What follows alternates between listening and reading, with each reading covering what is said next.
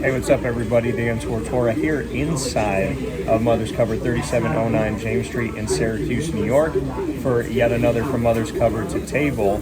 And one of my mainstays when it comes to Mother's Cupboard is Nate Champion here with us of LeMoyne men's basketball, the head coach of the team, late in the season, but early in the morning. Nate, how are you?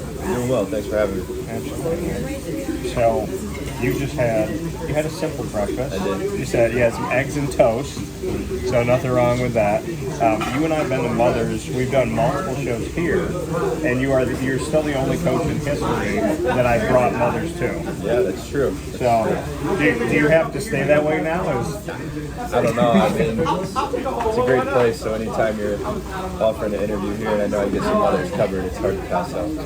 Now, being here at Mother's Cupboard, it's been important to me with our multimedia marketing partnership with LeMoyne to obviously build up everything on the Heights and right down the road to build up the local community through the local athletes, local sports, local business.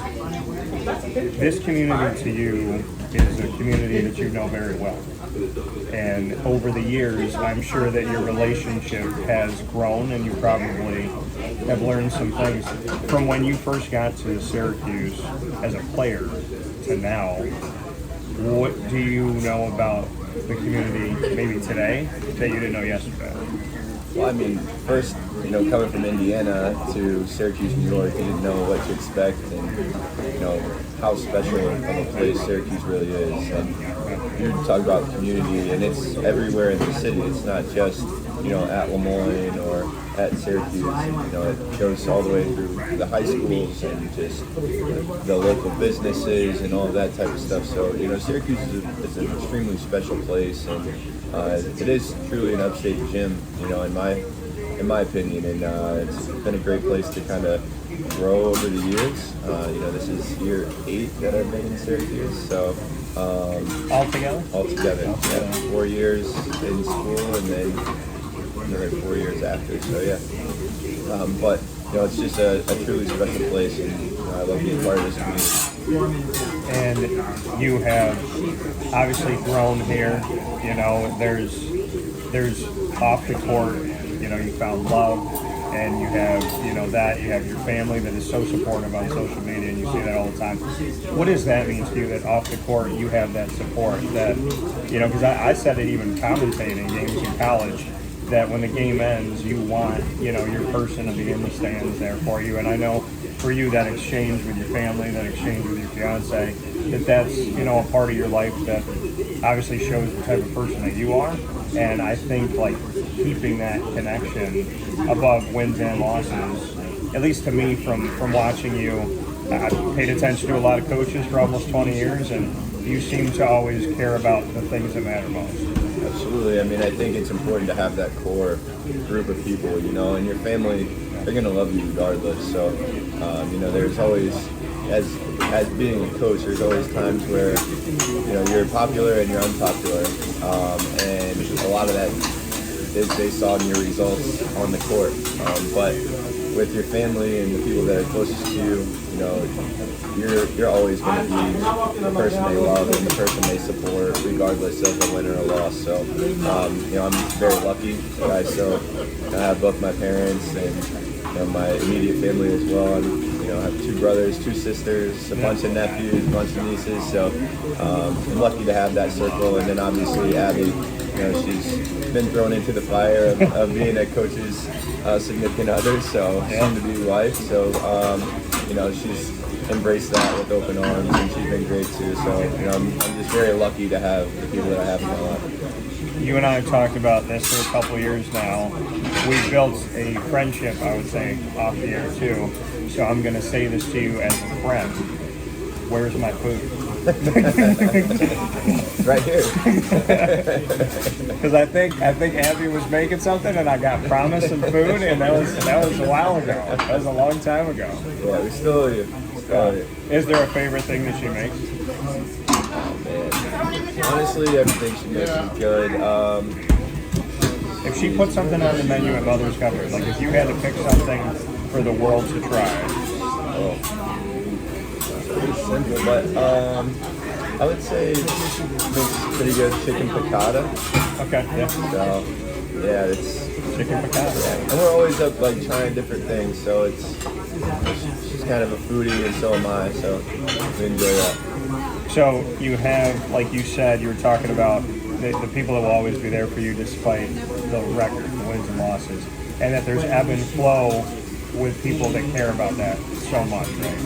So in the time that you've been a head coach, because you're a young head coach, I mean, you've gotten years under your belt, but you're experiencing a world that is vastly different than what Roy Williams, Coach K, John Wooden, Jim Boeheim, they spent most of, and if not, in like Wooden's case, all their time, no social media, nobody instantaneously reacting. How have you taught your guys to deal with social media and the reality that someone could have an opinion in Nova Scotia about LeMoyne's win or loss? How do you kind of talk the guys through how they react to what they see and to be smart about what they write? I think just understanding, their position and where they're at is huge, and also understanding that nobody else knows what's happening every day except for the 20 people that are at practice every day, so being able to pick up your phone and have immediate attention and being able to, state your feelings or, whatever right away on social media is, it's obviously a distraction at times, but at the same time, you just talk about kind of just staying in that moment, understanding what we're trying to do, what we're trying to accomplish, and how to move forward through the times where it's easy to get distracted or it's easy to buy into what other people are saying. So it's not easy, but it's sometimes nice just to put that phone down and turn it off. So do you do any type of off the court team bonding moments where you try to take them away from technology? We do. It's not easy, but we do some things. I mean, gosh, we had a movie night where we took everybody to dinner and movie. Try to do some team dinners, things like that, where we just spend some time together and understand kind of what we're building at LeMoyne is a big family, and that's what we're trying to establish with everybody. What was the last movie that you saw that Avatar. Okay. Yeah. So very recent. Yeah. The Way of Water. Yeah. Okay. All right. Did you like it? I personally wasn't there. So. Okay. So the team gets together and. Yeah. No, it was the coaches. Went. I had family in town, so I actually was with them that night. But they seemed to enjoy it. They went to dinner. I went to dinner with them. I just didn't go to the movie. So I figured the main bonding was going to be at dinner. And once the movie starts, you don't really talk too much to the 15 other people there. Yeah, no, and well, that's a good thing because that's one of my biggest pet peeves is the people that have full-blown conversations. If I was on a date, I'd probably leave. I would be like, you can't talk to me right now. And stop asking me who's going to die. I'm seeing it as you're seeing it. Right. You know what I mean? So, on the court this season, at the end of the regular season, as you step into the postseason, the team is dead even 14-14. You and I talked off the air that you see things, I see things from my seat that show me that this team is better than the record states. I've seen a lot of improvement, like we talked about, on the inside, at the rim, offensively and defensively, be it rebounds, be it shot selection, decision making. So this team, to me, has grown. You've gotten more shooters, you've gotten guys that are better now. And when you're watching a game, you don't know if it's going to come from Ziever, if it's going to come from Jerry, if it's going to come from Luke, going to come from X. There's so many different players that can be that guy to take that shot. So I feel that this season is not what the record shows. I completely agree. I mean, just the growth that we've had as a program, as a team. Unfortunately, we haven't had the wins that have resulted in, I guess, showing as much growth as what we had. But overall, I mean, I couldn't be more proud of our guys and the steps that they're taking. Now the next step is, getting wins and taking that next step forward as a program and establishing that, kind of winning culture. But we have to make sure that we're taking it in the right direction all the time. We did a good job of getting the right people to be here at LeMoyne. Great fit, great kids. And now the next step is, moving forward, you've got to finish games. And I mean, we've been in so many close games all year and just failed to finish as much as we'd like. And we've showed flashes of being able to do that. But, I like our ability and our talent level that we have on the floor. We just got to continue to work and continue to get better. There's been something underlying the whole season, which is when wins at times weren't coming through in these close games, the wins that were, overwhelming majority were in the conference. The NE10, people argue, not just in basketball, but in many sports, is one of the best, if not the best conference in Division II.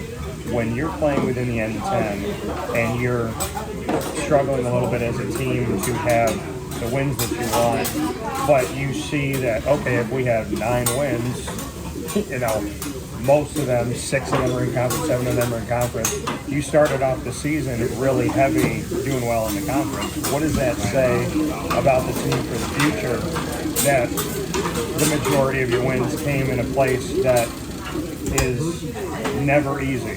I mean, I've looked at the standings before, and you look at a team on the bottom of the standings, but they don't play on the bottom of the standings. Yeah, I mean, it tells me that we're right there. It tells me that we're just close to getting over that hump, and we have to, again, just take that next step. It's part of the process, unfortunately. You got to go through it. It's not always going to be easy.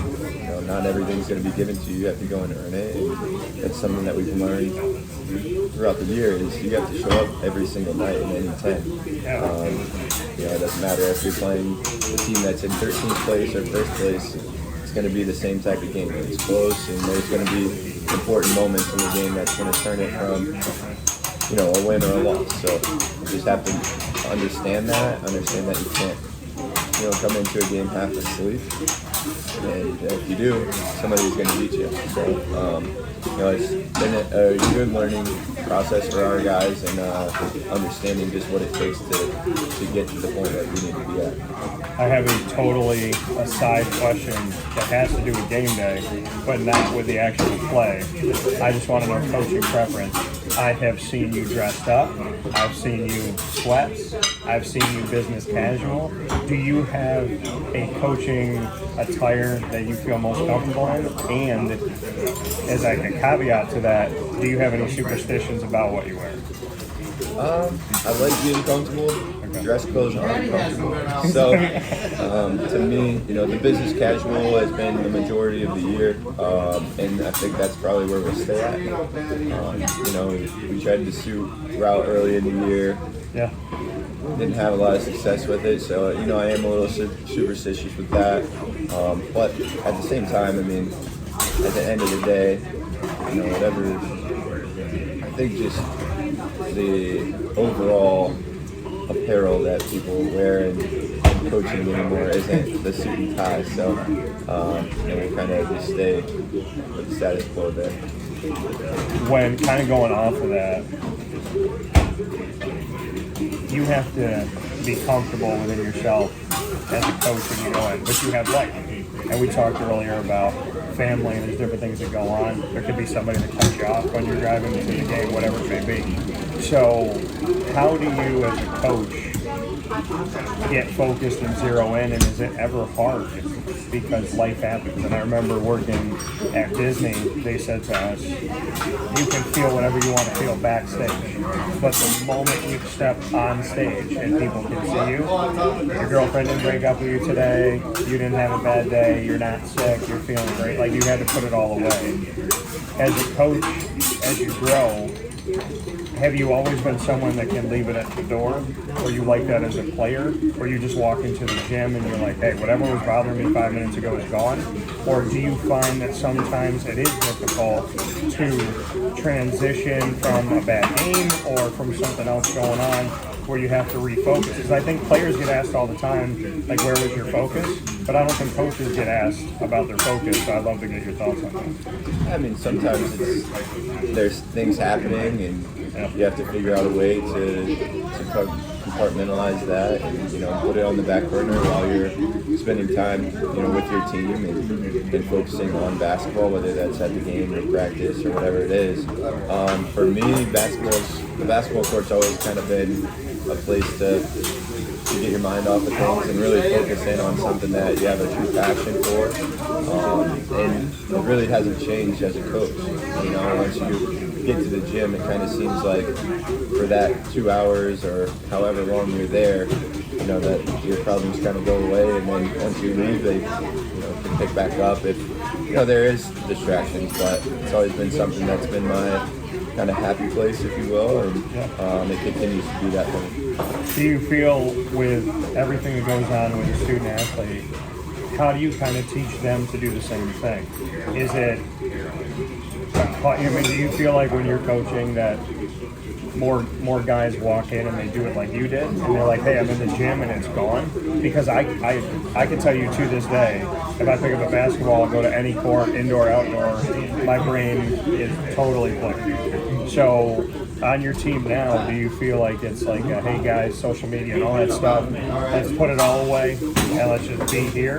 Do you feel like they do that on their own, or it's more, I got to teach them what I used to do because I didn't have as many like easily accessible things? How do you look at it? I think it's case by case, really. Some kids, they don't really care about social media, and some do. So you have to take it case by case and understand kind of what we're what we're trying to accomplish as a team, and understand that social media is not really that important. At the end of the day, like a lot of people that are on social media, I mean, unless they're your family, it's gonna kind of go away at some point. Once they hit the like button or whatever, they just kind of move on to the next thing. So, understanding that what's real is probably what's right in front of you.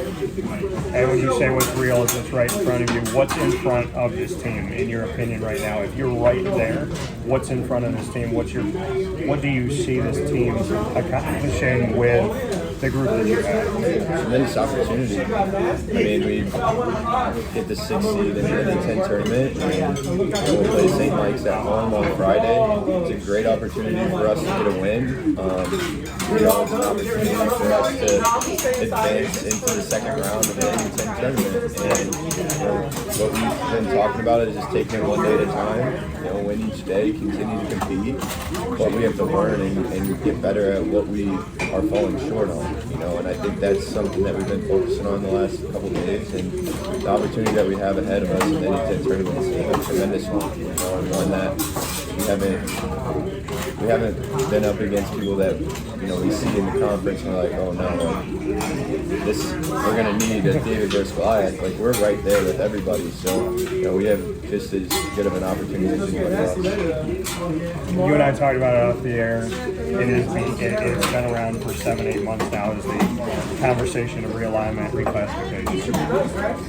What are your thoughts, having played here and now coaching here?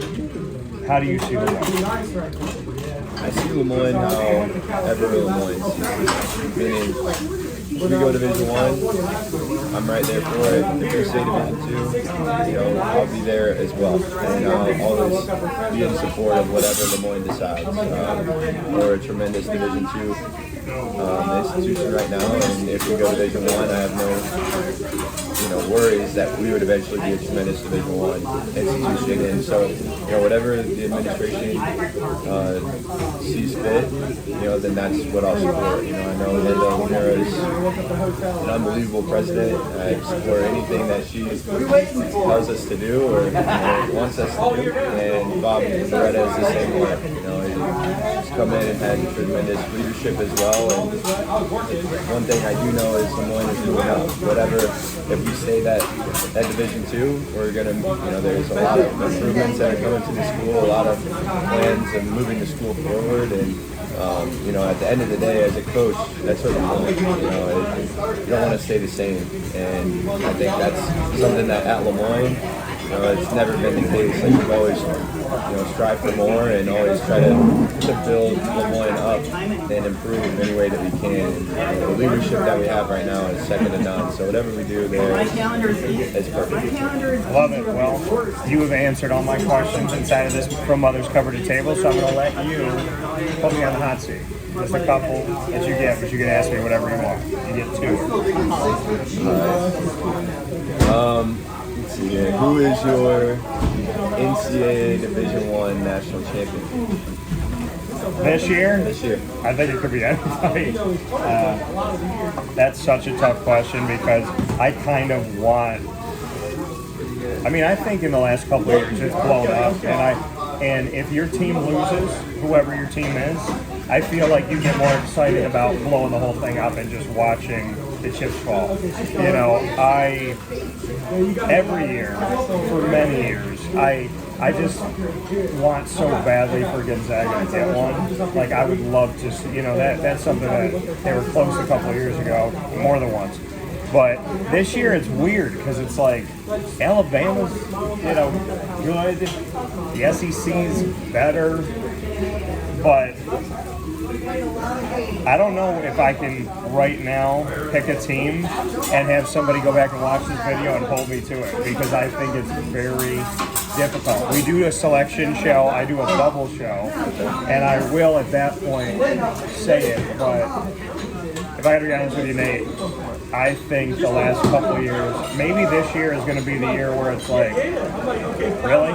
So I think, you know what, I would love to see Houston because I've covered them for a long time, and I would really love to see Houston, and they're still in the American, so I'd love for the American to get credit for that because Houston's jumping ship, and I'm not really happy that they're bailing on the American, but, you know, I think Houston is underrated no matter what they do, and I don't understand that. So if I had to say today who would be cool to see, Houston. Who do I think?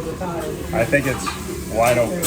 Last one, being an upstate guy, when's the last day we're going to have snow? This year? This year. The last day we're going to have snow this year will be late April. April 20th. April 20th. There you go.